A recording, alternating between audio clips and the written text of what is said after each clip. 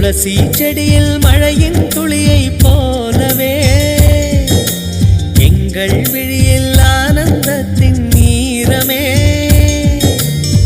பூவில் ஓர் பாத்திரம் நாம் செய்து பார்க்கலாம்.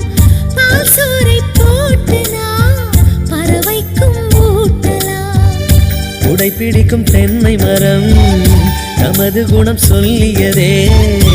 நாட்கள் யாவுமே வசந்தங்கள் வீச வாழ்ந்திருப்போமே.